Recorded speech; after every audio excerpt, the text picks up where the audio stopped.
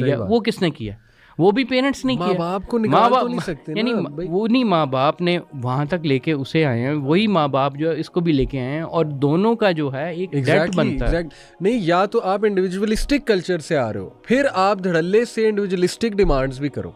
आप कोलेक्टिविस्ट कल्चर से रहे हैं, आपको भी माँ बाप ने पढ़ाया है, लड़के को भी माँ बाप ने 18 साल के बाद ये नहीं कहा कि निकल जाओ यहाँ से, अब अपना करो, फिर तो समझ आती है शायद इंडिविजुअलिस्टिक माइंडसेट की। लेकिन लड़के को 30 साल तक 28 साल तक बाप लेकर चला है, माँ लेकर चली है, उसके बाद जैसे ही आप आओ, आप कहो जी कि बस अब अलग हो जाओ। वो छोड़ें अली भाई, इस लेवल ऑफ और कुछ लोग ना अपने आप को जस्टिफाई करने के लिए किस लेंथ तक जाते हैं। अब ये सुने, ये यहाँ के एक कमेंट है, मैं वैसे ही आपको बता देता हूँ।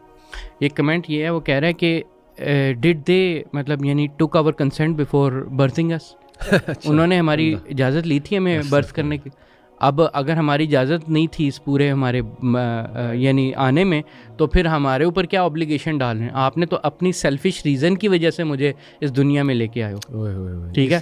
तो मैंने कहा चूँकि आप अपनी सेल्फिश रीज़न की वजह से मैं दुनिया में आपको बच्चे चाहिए थे ना, तो मैंने तो आपसे नहीं कहा था, तो आप मेरे ऊपर क्यों ऑब्लिगेशन डाल रहे हो? खुद भी तो सेल्फिश रीजन की ही वजह से बच्चे बेसिकली प्रोड्यूस करेंगे ना। हाँ, अगर आपने इस चीज़ के ऊपर आके सोचना है। बिल्कुल। और बड़ी वैसे अजीब सी बात है, आप यहाँ तो वो तरीका बता दें जिस तरीके से आपसे इजाज़त लेनी है, या इसका कोई तरीका है तो बता दें। अब ये जो आप देखें ना, ये माइंडसेट क्या है, कंसेंट एक तो सबसे बड़ा मोरल एंकर है, और अगर वो जी इजाज़त लिए बगैर अगर आपने कर दिया, तो आपका क्या राइट है जी मेरे ऊपर ये कहना कि जी मैं आपका ख्याल रखूं? अच्छा, ये मेरे सामने WHO का एक और जो है रिसर्च एंड स्टैटिस्टिक है, chronic loneliness is as deadly as smoking 15 cigarettes a day, and it is linked to heart disease, stroke, depression and suicide and Alzheimer's disease.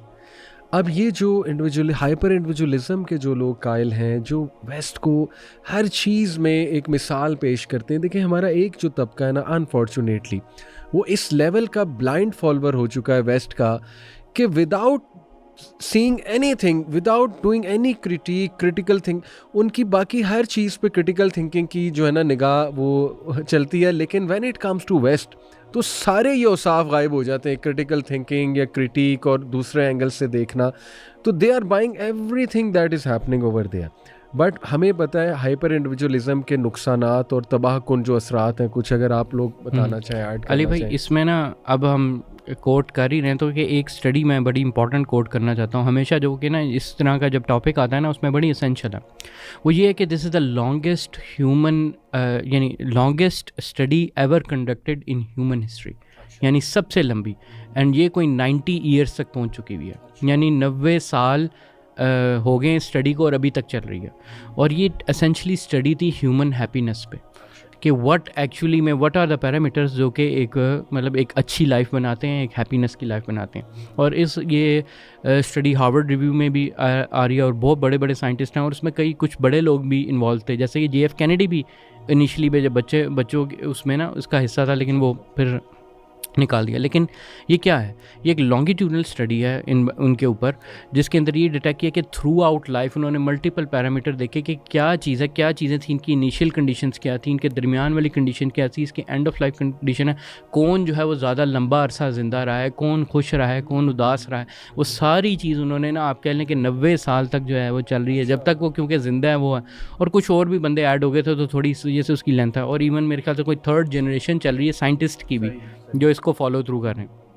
अब चक्कर ये हुआ कि व्हाट इज़ द रिज़ल्ट, यानी अभी तक जो सारी रिज़ल्ट है उन्होंने क्या डिटरमिन किया कि what is the core of happiness क्या है।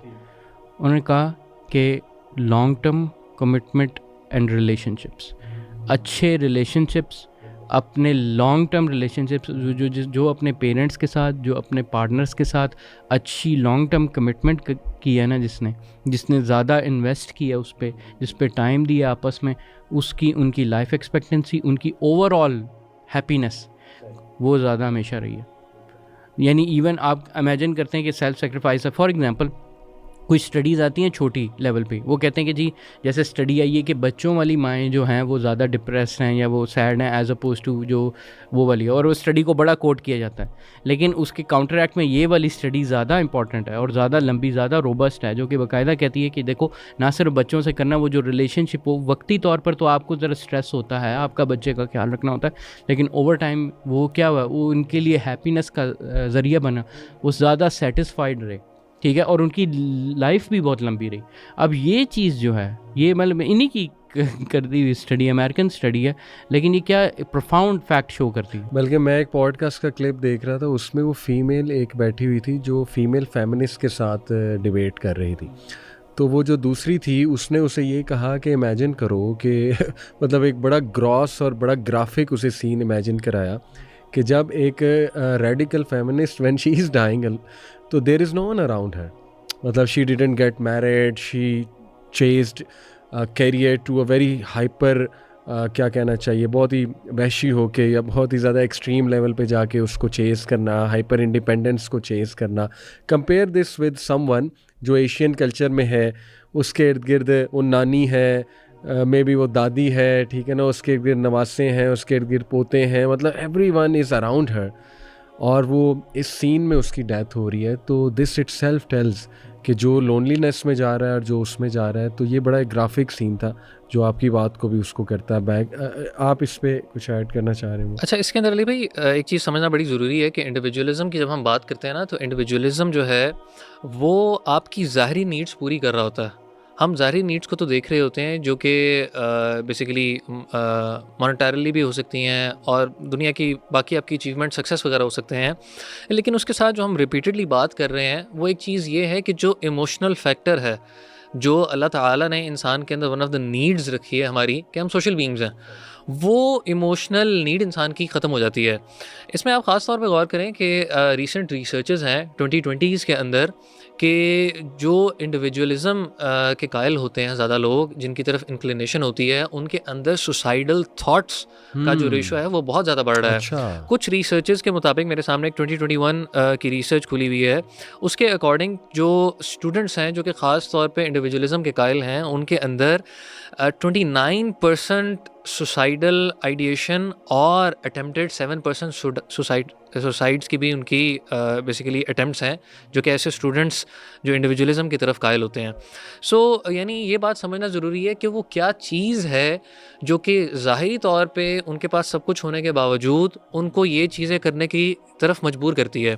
इसीलिए अगर आप गौर करें तो हमारी शरीयत के अंदर इस चीज़ को बहुत ज़्यादा प्रमोट किया गया है कि हम जो टाइज़ हैं ख़ास तौर पे उनको मेंटेन करने की तरफ बहुत ज़्यादा ध्यान दिया गया शरीयत के अंदर। तो ये एक भी बहुत बड़ा नेगेटिव कॉन्सिक्वेंस है अगर आप इंडिविजुअलिज़म की तरफ जाते हैं।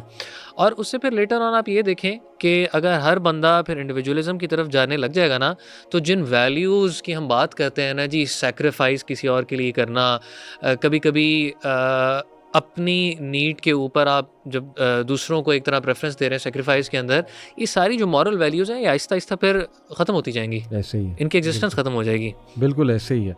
और ये चीज़ हमें नज़र आ रही है, अपने माशरे में भी नज़र आ रही है। इवन बहन भाइयों में गैप बहुत ज़्यादा बढ़ रहा है। यानी पेरेंट्स का तो चलो वो एक सैड स्टोरी है ही, बट बहन भाइयों को नहीं आपस में पता होता, आपस में कोई हाल चाल नहीं पूछते, और स्पेशली पेरेंट्स की डेथ के बाद तो बिल्कुल ही ख़त्म हो जाता है। यानी एक पेरेंट्स तो एक वजह बनते हैं ना कि चलो बहन भाई आपस में मिल रहे हैं जोड़ने के लिए, लेकिन पेरेंट्स की डेथ के बाद तो बिल्कुल ही ख़त्म हो जाता है। अभी मैं भी, किसी ने मुझे बताया अपनी फैमिली के बारे में कि उनकी मदर हैं, उनको हार्ट अटैक हुआ है और वो यूके से जो है ना आ रही थी, तो बड़ा वो सैड एक मोमेंट था उनके लिए भी। उन्होंने मुझे बताया कि भाई जो हैं वो सारे अपनी अपनी लाइफ्स में लगे हुए हैं और मदर बेचारी, उनको हार्ट स्ट्रोक हुआ है और वो देखने के लिए आ रही हैं। तो मैंने वजह भी पूछी कि ऐसी आखिर क्या वजह है, तो उन्होंने कहा कि असल में ये मदर ने सारी प्रॉपर्टी डिस्ट्रीब्यूट कर दी ड्यूरिंग हर लाइफ। तो ये भी एक, बल्कि इनके बारे में भी था, आयशा के बारे में आपने ही बताया, जो सीनियर एक्ट्रेस थी, कि उन्होंने अपनी लाइफ में चूँकि जायदाद ही सबको दे दी तो फिर बच्चों ने पूछा ही नहीं। तो डज दिस मीन कि जायदाद तो ऑब्वियसली देखें ना, जब डेथ होती है शायद इसीलिए यही हिकमत है इसके पीछे कि असल अपनी में लाइफ ये में भी जायदाद नहीं हमारे इधर डिस्ट्रीब्यूट ना, करनी चाहिए। हमारे इधर एक बड़ी गलत आम चीज़ है, कॉमन मिसकंसेप्शन है कि ड्यूरिंग लाइफ जो है वो बंदा अपनी विरासत तकसीम कर सकता है। जो विरासत है, इनहेरिटेंस है, उसका कॉन्सेप्ट ही पाया जाता है आफ्टर वंस डेथ, और वो आप ख़ुद से अपनी ज़िंदगी के अंदर डिस्ट्रीब्यूट नहीं कर सकते, क्योंकि reason being you do not know कि आपके इनहेरिटर्स में से आपकी डेथ के टाइम पे कौन कौन लोग ज़िंदा होंगे। मेरे एक फ्रेंड सर्कल ही के अंदर केस हुआ था, बेसिकली उसके दादा थे, एंड उन्होंने ज़िंदगी के अंदर ही अपने बेटों के अंदर और बेटियों के दरमियान बेसिकली विरासत तकसीम कर दी। एंड सुब्हान अल्लाह, अल्लाह ताला की कदर ऐसी हुई कि he was alive when one of his son died. So यानी इसलिए शायद शरीयत की हिकमतों में से एक हिकमत ये भी है। जहाँ तक आपने टाइज़ की अली भाई बात की ना, क्योंकि हम टाइज़ के ऊपर मेनली बात कर रहे हैं, तो इसमें ये चीज़ हमारे माशरे के अंदर अली भाई समझना बहुत ज़रूरी है कि हमने ये समझ लिया हुआ है कि रिश्तेदारी कायम करना सिर्फ तब है जब अगला मेरे साथ अच्छा कर रहा होगा। यानी जब तक अगला आपके साथ अच्छा कर रहा है ना, I am good with him. As soon as आपको अगले की तरफ से कोई प्रॉब्लम आती है ना, तो इंसान कहता है नहीं जी अब तो हम नहीं कर सकते। और हालांकि अल्लाह के रसूल सल्लल्लाहु अलैहि वसल्लम ने फरमाया है कि जो बंदा सिर्फ इसीलिए रिश्तेदारी मेंटेन कर रहा है कि अगले रिश्तेदारी मेंटेन कर रहे हैं, तो ये रिश्तेदारी मेंटेन करना नहीं है। असल रिश्तेदारी मेंटेन करना ही वो है कि जब अगला आपसे तोड़ने की कोशिश करे तो आप जोड़ने के लिए आगे बढ़ें। सो ये एक मेंटालिटी भी जो है ना, ये बड़ी एब्सर्ड है कि अगला ठीक होगा तभी हम ठीक रहेंगे। इसी के मुतालिक एक और बड़ी मशहूर हदीस है कि एक सहाबी अल्लाह के रसूल सल्लल्लाहु अलैहि वसल्लम के पास आते हैं और वो कहते हैं कि अब ये भी चीज़ ना बड़ी कॉमन है कि वो आके कहते हैं कि अल्लाह के रसूल सल्लल्लाहु अलैहि वसल्लम, मैं अपने रिश्तेदारों के पास जाता हूँ, और 3 मेन चीज़ें उन्होंने कही। Number 1, I basically try to connect with them, they basically cut me off. Number 1। Number 2, they abuse me, and number 3, they insult me. 3 बातें कही साहबी ने, और वो कहते हैं लेकिन still I try to connect with them. जिस पर अल्लाह के रसूल सल्लल्लाहु अलैहि वसल्लम ने क्या फरमाया कि अगर तुम ये जो बता रहे हो ऐसे ही कर रहे हो, it is as if you are throwing hot dust in their mouth, और तुम्हें चाहिए कि तुम अपना काम करते रहो। हम ना ये चीज़ समझना छोड़ देते हैं कि हमारा जो अपना रोल है ना, हमने वो अदा करना है। हम फ़ौरन इस कंक्लूजन के ऊपर आ जाते हैं क्योंकि देखो अगला नहीं कर रहा तो मुझे भी करने की ज़रूरत नहीं है। बिल्कुल ऐसे ही। और देखें ये कुछ ना मॉडर्न टर्मिनोलॉजीज़ आई हैं आजकल, बड़ी कॉमन हो गई हैं। आपको, मैंने भी 90s का दौर देखा, आपने भी 90s अर्ली 2000 का दौर देखा है। आप मुझे बताइए, जो वर्ड है टॉक्सिक, ये हमारे ज़माने में था कि कॉमन कि ये टॉक्सिक बंदा है, ये टॉक्सिक फ्रेंड है? नहीं, this word toxic is a product, by product, मैं इस पे पढ़ रहा था, it's a by product of post modernism. ये जो सोशल मीडिया का दौर है, ठीक है, जो हाइपर जब इंटरनेट बहुत एक्टिव हुआ, असल में कुछ ऐसे वर्ड्स हैं और इसके पीछे ना पूरी साइकोलॉजी है। नेगेटिव कॉनोटेशन तो है ही, लेकिन वो वर्ड्स ऐसे हैं जो सबकॉन्शियस लेवल पे आपको लर्नेड हेल्पलेसनेस की तरफ ले जाते हैं और आपसे ज़िम्मेदारी को शिफ्ट करते हैं दूसरे पे। यानी it's very easy you know कि मेरी आपसे नहीं बन रही, बजाय कि मैं ये देखूँ यार मेरी भी कोई गलती होगी, मैं पता क्या कहूँगा, यार ये बंदा ही टॉक्सिक है, यानी ये बंदा टॉक्सिक है, ये मुझे इफ़ेक्ट करता है और इसके इफ़ेक्ट करने से मैं इफ़ेक्ट हो रहा हूँ, और एक तो उससे मैं लर्नेड हेल्पलेसनेस का शिकार। आजकल आपने देखा है कि बच्चे बड़ा ईजीली कह देते हैं मेरा टॉक्सिक बाप है, जजमेंटल एकदम फ़ौरन होकर, मेरे पेरेंट्स टॉक्सिक है, उनकी टॉक्सिक पेरेंटिंग है। मतलब what is meant by toxic बंदा? भाई लोगों में कमियां होती हैं, वीकनेसेस होती हैं, कुरान ने तो टॉक्सिक का वर्ड कहीं नहीं दिया ना।